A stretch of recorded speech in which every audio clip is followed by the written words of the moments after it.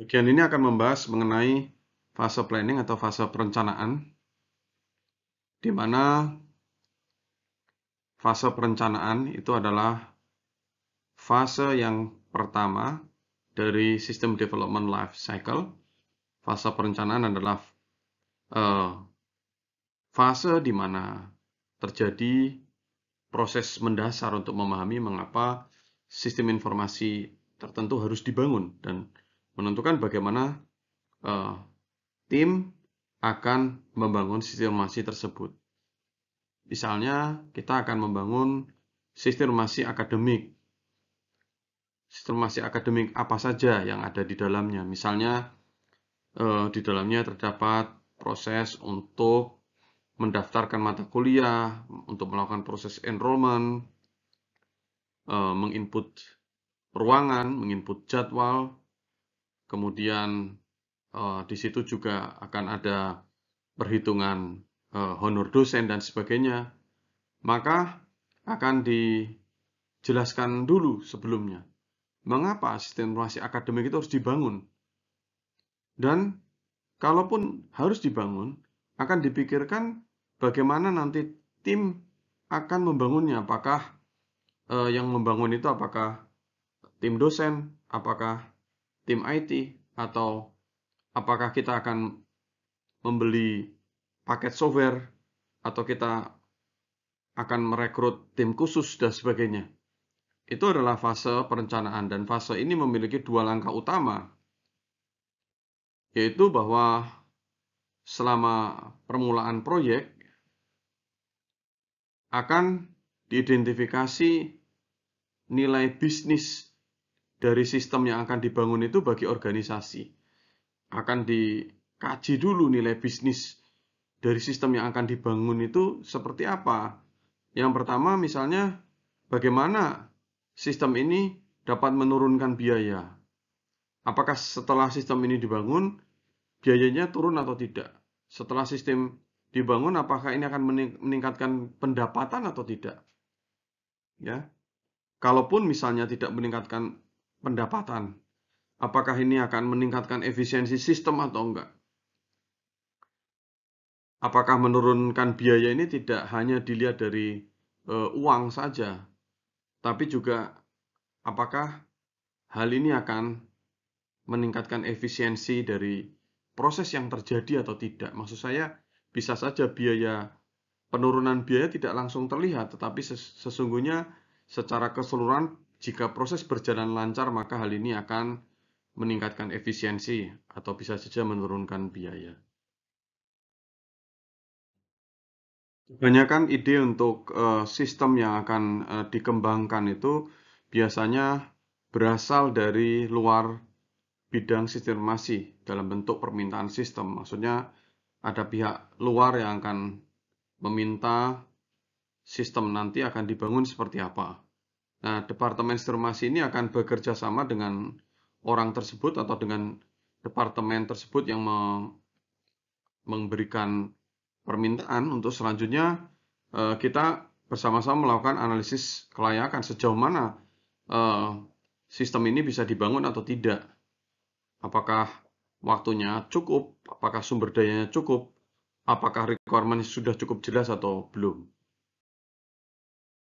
Setelah semuanya jelas, setelah sudah diketahui mengapa suatu proyek tertentu harus dibangun, maka kemudian proyek itu akan memasuki fase namanya manajemen proyek, ya. Di mana hasil dari manajemen proyek ini, hasil dari tahapan manajemen proyek ini adalah rencana proyek yang menggambarkan bagaimana tim proyek itu akan mengembangkan sistem. Misalnya metodologi apa yang dipilih, ya. Misalnya tim proyek akan menggunakan metodologi apa yang ketika menyelesaikan persoalan atau proyek yang akan dibuat. Tahapan berikutnya pada sistem development life cycle adalah tahap analisis, di mana tahap analisis ini akan menjawab pertanyaan mengenai misalnya siapa yang akan menggunakan sistem ini. Jadi setelah kita sudah meyakini bahwa sistem itu pasti akan dibangun dengan alasan mengapa gitu. Juga dengan setelah mengetahui tim yang ada, ya kita sudah meyakini bahwa sistem harus dibuat. Misalnya kebutuhannya sudah cukup jelas, maka berikutnya tahap analisis itu mencari tahu atau menjawab tentang siapa yang akan menggunakan sistem ini, apa yang akan dilakukan oleh sistem, dan di mana serta kapan sistem akan digunakan. Selama fase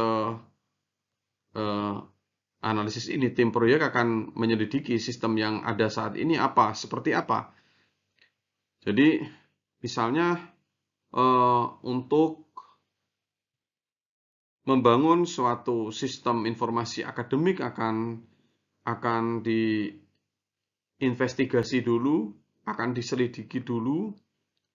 Selama ini sistem yang berjalan itu menggunakan sistem apa? Apakah sudah menggunakan IT system atau belum menggunakan sama sekali? Nah, setelah itu, setelah melihat atau menelaah sistem yang sudah berjalan, baik itu apakah sistemnya sudah ada sudah menggunakan IT atau belum menggunakan, selanjutnya tim akan mengidentifikasi kira-kira apakah ada perbaikan atau tidak yang bisa dilakukan, apakah ada pengembangan untuk membentuk sistem baru yang mungkin dilakukan atau tidak. Misalnya, kalau sistemnya sebelumnya masih manual ya, berarti perlu dikembangkan suatu sistem yang menggunakan bantuan komputer. Tapi kalaupun sudah ada sistem yang menggunakan komputer, kemudian perlu dipikirkan kembali. Apakah sistem yang sudah berjalan itu sudah optimal atau ternyata pada bagian tertentu masih harus dilakukan perbaikan. Sehingga kemudian fase ini memiliki 3 langkah atau 3 sub langkah yang akan dijelaskan pada slide berikutnya. Langkah pertama dari fase analisis itu adalah pada langkah ini strategi analisis dikembangkan untuk memandu tim di dalam bekerja. Jadi strategi yang dilakukan biasanya meliputi analisis terhadap sistem yang ada saat ini. Sistem yang ada saat ini seperti apa atau disebut sebagai SI system dan masalahnya apa. Dan kemudian juga akan dianalisis mengenai cara untuk merancang sistem yang baru yang akan disebut sebagai to-be system. Berikutnya adalah langkah kedua dari fase analisis, yaitu pengumpulan persyaratan atau requirement gathering, di mana biasanya hal ini dilakukan melalui interview atau melalui kuesioner. Nah, contoh-contoh dari pengumpulan persyaratan atau requirement itu contohnya adalah pada sistem informasi akademik, misalnya ada persyaratan bahwa tidak boleh terjadi bentrok jadwal mahasiswa mengambil perkuliahan, misalnya ada jumlah maksimum SKS yang boleh diambil mahasiswa. Atau misalnya mahasiswa hanya bisa dienrolkan kepada mata kuliah setelah melakukan pembayaran. Dan seterusnya.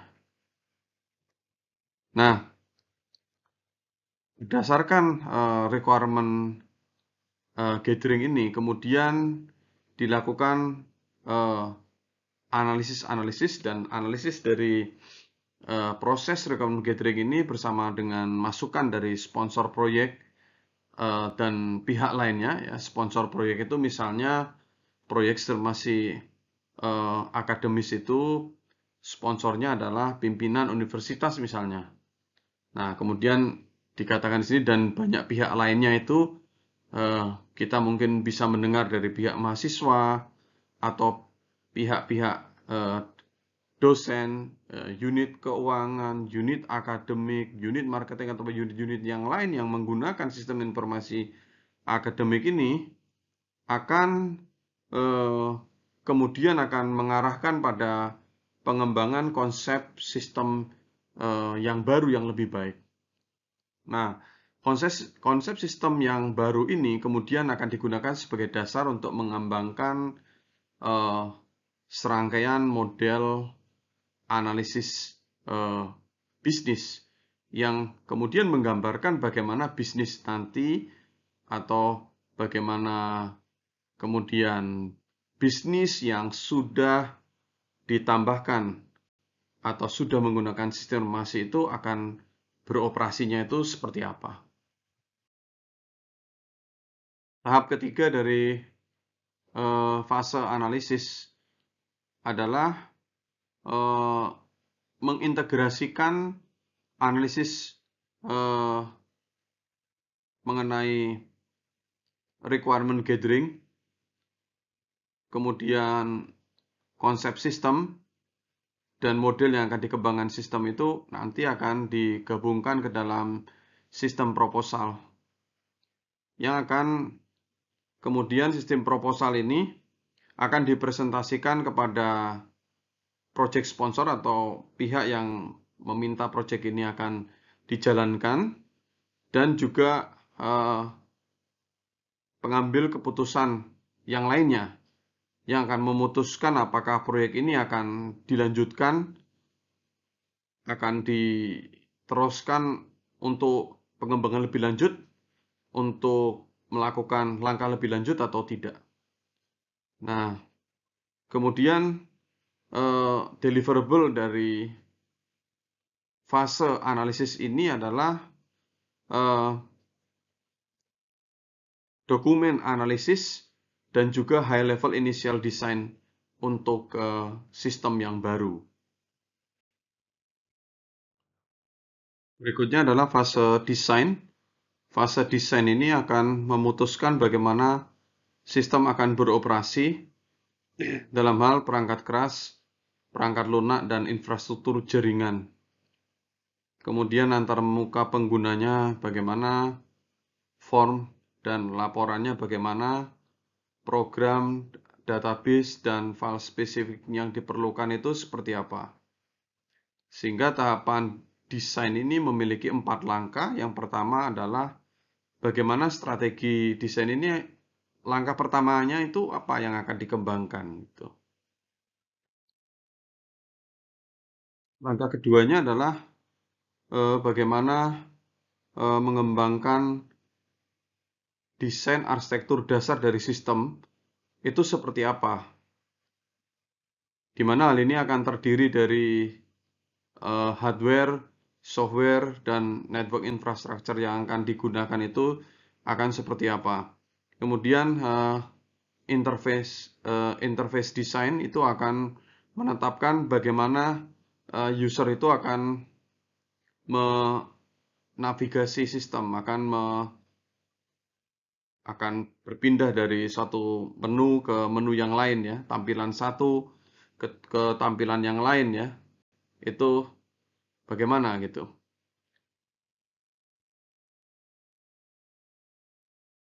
Dan berikutnya adalah bagaimana database dan spesifikasi file itu akan dikembangkan. Nah, jadi kalau pada tahapan-tahapan sebelumnya ya, itu kan sudah dilakukan misalnya requirement gathering, kita sudah tahu nanti seperti apa sistemnya, alurnya seperti apa, penggunaannya bagaimana, kemudian dari situ akan diketahui atau dapat dibuat nanti database-nya itu seperti apa gitu. Lalu tim analis ini akan mengembangkan desain program ini atau tim analis ini akan membuat dokumen yang disebut program desain, di mana di situ mendefinisikan program yang perlu ditulis itu apa dan apa yang akan dilakukan oleh setiap program. Nah, jadi kumpulan hasil dari desain arsitektur, desain antarmuka, spesifikasi database dan file, serta desain programnya nanti akan seperti apa, ini adalah spesifikasi sistem yang diserahkan kepada tim pengembang atau tim pemrograman untuk kemudian diimplementasikan. Jadi, desain ini bisa dikatakan adalah suatu fase yang sudah atau yang menghubungkan antara fase analisis sebelumnya kepada fase di mana implementasi itu akan segera dilakukan. Fase yang terakhir dari SDLC adalah fase implementasi mengenai bagaimana sistem yang sudah didesain itu kemudian akan segera dibangun. Atau membahas mengenai pembangunan atau membangun aplikasinya. Atau alternatif lain kalau tidak dibangun, akan dipertimbangkan juga apakah suatu sistem ini akan dibeli, ya. Dalam kasus di mana perusahaan akan membeli paket software, maka perusahaan akan langsung membeli, ya. Tetapi kalaupun perusahaan akan membeli, itu juga sebelumnya sudah menyampaikan tahapan-tahapan sebelumnya yang tadi, seperti planning, analisis, dan desain. Dan kemudian pada fase ini jika perusahaan akan mengimplementasi dengan timnya sendiri bisa, atau kemudian membeli sistem pada vendor yang menyediakan software paket, itu pun juga bisa. Namun harus mengikuti planning, analisis, dan desain yang sudah dilakukan sebelumnya. Nah, fase implementasi ini memiliki 3 langkah. Yang pertama adalah konstruksi sistem. Jadi namanya juga implementasi, maka di sini akan dilakukan mengenai bagaimana mengkonstruksi sistem, membuat sistemnya. Nah, sistem dibangun dan kemudian juga perlu diuji atau dites untuk memastikan kinerjanya apakah sesuai dengan desain atau tidak. Nah, pengujian ini adalah salah satu langkah yang penting di dalam fase implementasi. Setelah dilakukan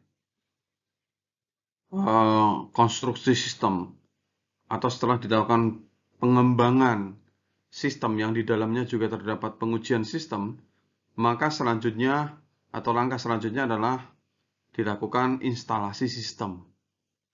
Di mana instalasi sistem ini adalah suatu proses di mana sistem lama dimatikan dan sistem baru dihidupkan, atau sistem lama tidak dijalankan lagi, kemudian sistem yang baru mulai berjalan. Nah, di sini ada sebenarnya prosesnya tidak sesederhana itu.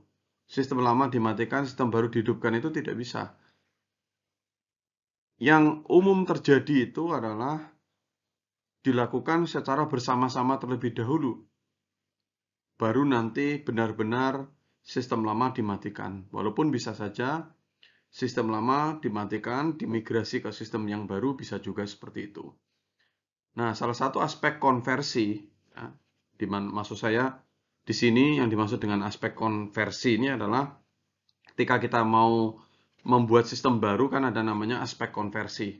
Jadi salah satu aspek konversi yang paling penting adalah pengembangan rencana pelatihan untuk mengajarkan pengguna cara menggunakan sistem yang baru itu seperti apa. Dan juga membantu mengelola perubahan yang terjadi karena sistem yang baru. Jadi karena ada sistem yang baru, mungkin harus ada penyesuaian, ada suatu permasalahan yang karena belum terbiasa. Jadi ini harus dibantu untuk mengelola sistem yang baru. Ya. Nah, dalam hal ini tim analis yang sudah bekerja pada tahap sebelumnya itu juga menetapkan rencana untuk mendukung berjalannya sistem ini. Rencana itu mencakup tinjauan formal atau informal mengenai pasca implementasi dari sistem yang ada. Dan cara sistematis untuk mengidentifikasi perubahan besar dan kecil yang terjadi yang diperlukan oleh sistem. Jadi ketika proses implementasi ini terjadi, kemudian hal ini akan berdampak pada organisasi, misalnya akan ada perubahan mekanisme atau cara-cara berjalannya atau bekerjanya suatu sistem secara keseluruhan di perusahaan, maka akan ada analisis dari tim analis yang akan membuat dokumen atau meninjau mengenai bagaimana perubahan yang terjadi setelah sistem itu berjalan. Tadi sudah dijelaskan bahwa SDLC itu seperti apa, ada fase-fasenya, ada fase planning, ada fase analisis, ada fase desain, pada fase implementation, dan juga termasuk apa saja yang terjadi di dalamnya. Nah, kemudian dari situ akan muncul metodologi yang sudah diusulkan oleh para ahli di bidang rekayasa piranti lunak tentang bagaimana mengimplementasikan dari langkah-langkah SDLC ini. Bahwa betul SDLC itu memiliki 4 fase utama yang sudah dijelaskan tadi. Tetapi bagaimana alurnya? Bagaimana alur secara detailnya itu seperti apa? Ada usulan yang berbeda-beda. Contohnya, apakah atau sejauh mana proses planning atau analisis itu dilakukan? Selama apa? Apakah boleh berulang atau tidak? Kalaupun boleh berulang, setiap apa perulangan itu terjadi dalam fase-fase yang ada itu. Nah, sehingga ada banyak cara untuk mengkategorikan metodologi yang ada. Nah, salah satu caranya itu adalah dengan melihat apakah metodologi yang ada itu berfokus pada bisnis proses atau berfokus pada data yang akan mendukung bisnis. Jadi apakah ini berfokus pada bisnis proses ataupun berfokus pada data. Nah, contohnya misalnya pada proses center metodologi atau metodologi yang berpusat pada proses itu menekankan proses model sebagai core dari konsep sistem.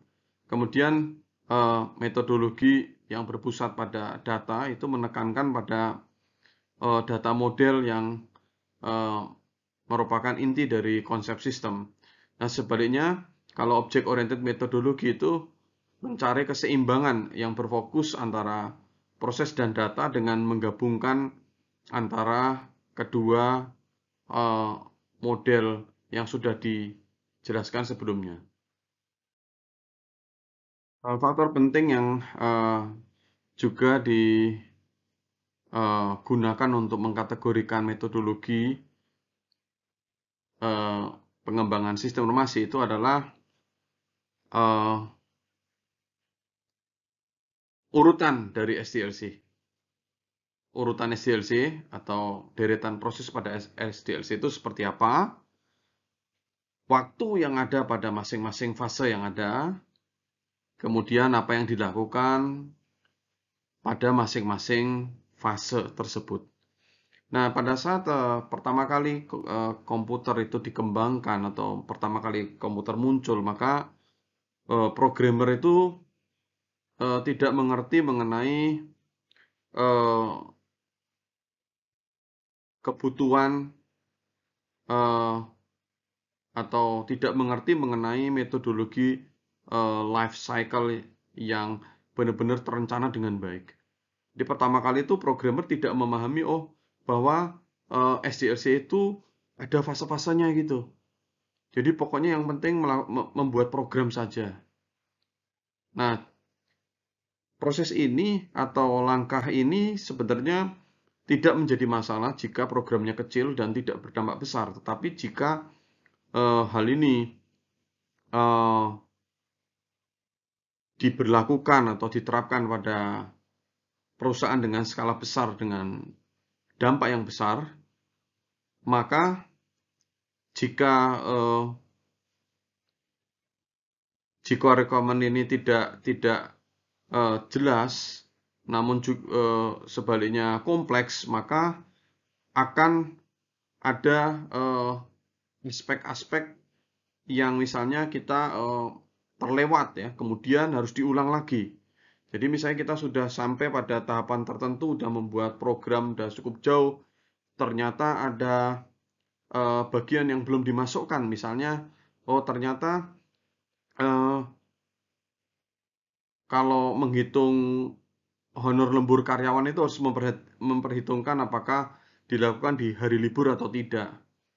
Atau misalnya ternyata di dalam membayar pajak penghasilan karyawan itu misalnya harus memperhitungkan apakah karyawan sudah berkeluarga atau belum misalnya. Nah, ternyata itu terlewat, maka harus diulangi lagi sehingga bisa saja membuang waktu dan usaha yang sudah dilakukan misalnya. Ternyata misalnya seorang programmer sudah melakukan berbagai hal namun tidak dirasa sepertinya programnya sudah selesai, namun ternyata tidak mengikuti metodologi yang benar, maka bisa saja program itu harus dirombak total, harus diulang kembali, dan ini tidak efisien tentunya.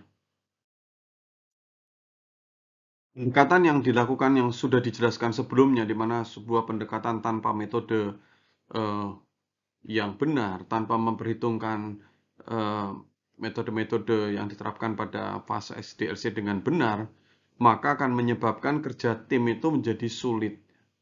Karena anggotanya tidak memiliki pemikiran yang sama tentang apa yang akan dicapai bersama-sama, bagaimana kita akan bekerja sama untuk menghasilkan produk akhir. Jadi komunikasi akan menjadi sulit. Nah, sehingga itulah yang menyebabkan pada bagian ini kami akan menjelaskan mengenai 3